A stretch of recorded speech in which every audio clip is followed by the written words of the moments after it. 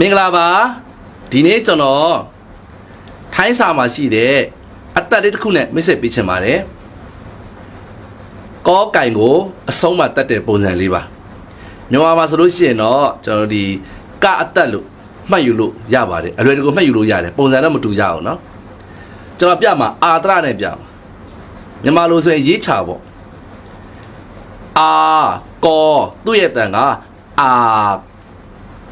ပါဇက်မပိတ်ဘူးအာမဟုတ်နော်နောက်တစ်ခါရှာမထွက်ဘူးအာမဟုတ်ဘူးနော်ကောကအဲ့ဒီတန်ဖြစ်အောင်ထွက်အဲ့ဒါအာကိုဒီချောင်းအဲ့တော့အာနှာခေါင်းသားကိုကျွန်တော်အတိုင်းတက်ဆောက်တွေ့ရလိမ့်မယ်အာပြောရတယ်အဲ့တော့ကျွန်တော်ပေါ်ပလာထည့်မယ်မြန်မာလိုဆိုပဆောက်ပေါ့ပေါ်အာကောပါပါဇက်ကိုခေါ်တာပါဆိုတဲ့အတန်ကိုကျွန်တော်ကအတန်နဲ့ထည့်တာပါပါဇက်လို့ရတယ်နောက်တစ်ခါကျတော့ဥပမာတောတောက်ထည့်မယ်မြန်မာလိုဆိုတသို့မဟုတ်သကြိုက်တာယူပါကျွန်တော်တပဲယူမယ်တောအာကောတာ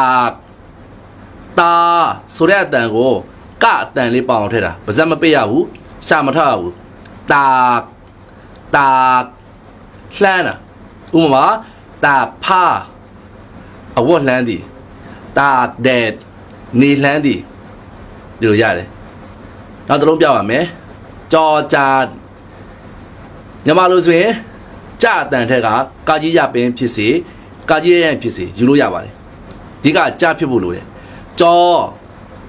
အာကောကြာဆိုတဲ့အတန်ကတန်ပေါအောင်ထည့်တာပါကြာကလို့ရတယ်ဥပမာ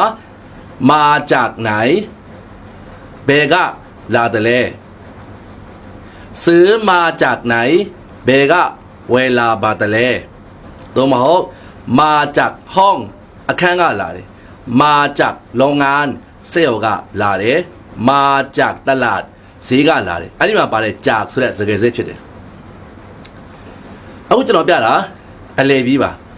မူလတန်ပေါ့နောက်တစ်ခါကျတော့အနေပြီးကိုပြတ်ချင်တယ်ဒီနေရာမှာလွတ်တန်းလျက်ဆိုထိသတိထားမှာကအလေပြီးမှာထွက်တဲ့ပုံစံနဲ့အနေပြီးမှာထွက်တဲ့ပုံစံမတူတာအများကြီးရှိရနော်